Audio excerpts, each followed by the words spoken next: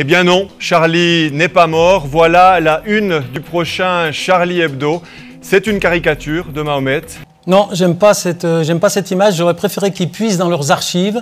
Parce qu'en fait, je me suis aperçu que très peu de gens connaissent véritablement les images qui étaient publiées par Charlie Hebdo lorsqu'il n'avait plus que 30 000 ou 35 000 lecteurs. En tant que musulman, à nouveau, on va d'une provocation à l'autre. Pour moi, la liberté, elle signifie aussi responsabilité. Oui, vous avez beaucoup de musulmans qui sont capables de comprendre la satire et la caricature. Il ne faut pas être naïf. Ce qui s'est déclenché là n'avait absolument qu'un rapport marginal avec la façon dont on l'a utilisé. Parce que, comme vous l'avez rappelé, c'est 35 000 lecteurs jusqu'à aujourd'hui. Maintenant, il y en aura 5 millions. Mais au-delà de ça, je veux dire, ce n'est pas le problème de Charlie Hebdo. Charlie Hebdo était un détonateur et c'est pour ça que j'ai pris soin de rappeler au début qu'il y avait d'autres victimes. La mobilisation, elle vient d'une surprise. On avait voulu regarder ailleurs et là, la force des choses nous oblige à regarder de nouveau en face d'une réalité, d'une société française en l'occurrence, qui ne va pas bien et qui laisse une partie de sa population dans des zones de non-droit. Dimanche, il y avait des foules qui ont eu besoin d'une forme d'exorcisme, d'expression, de tout ce que vous voulez. Ça fait du bien, mais ce n'est pas ça qui apporte les solutions, c'est sûr. Je pense qu'il y a 15 ans d'absence de l'État. On a, mais à 200 km d'ici, dans la ville de Grenoble, des immigrés de la 4e génération dans des cités qui sont des réservoirs d'armes lourdes. Et ça, pourquoi? Parce qu'on a laissé cette place, qu'on a laissé ce champ libre, qu'on a capitulé au niveau de l'État. On ne doit rien céder sur la laïcité. Et c'est à partir de là qu'on construit quelque chose ensemble. Quand il y a un poseur de bombes, on doit arrêter le poseur de bombes par tous les moyens. Donc l'approche sécuritaire est légitime. Mais on doit aussi démonter la machinerie qui fabrique le poseur de bombes.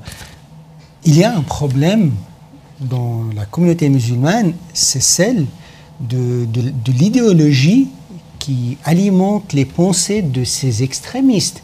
Les musulmans sont les premiers à en souffrir. Pour moi, un élément qui serait clé aujourd'hui, c'est d'essayer de désacraliser ce texte coranique. Mais ça va être difficile.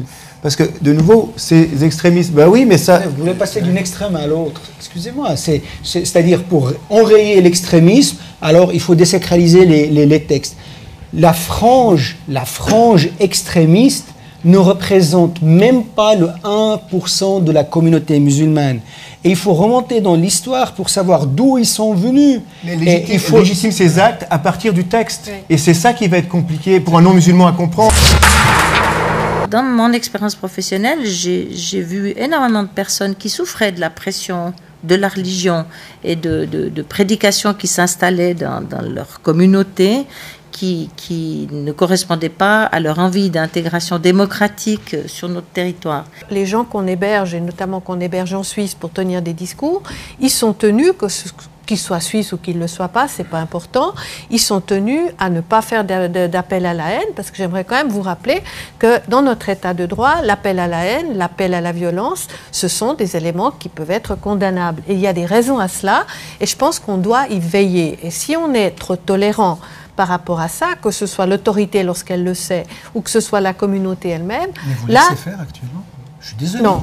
Oh, mais je m'excuse, vous, je ne sais pas qui est, mais c'est pas moi. On laisse faire, on laisse faire. Ça ne paye jamais d'être tolérant avec l'intolérance. Et si la stigmatisation se fait en travers de recherche d'un emploi à cause du nom, il y a suffisamment d'études là-dessus.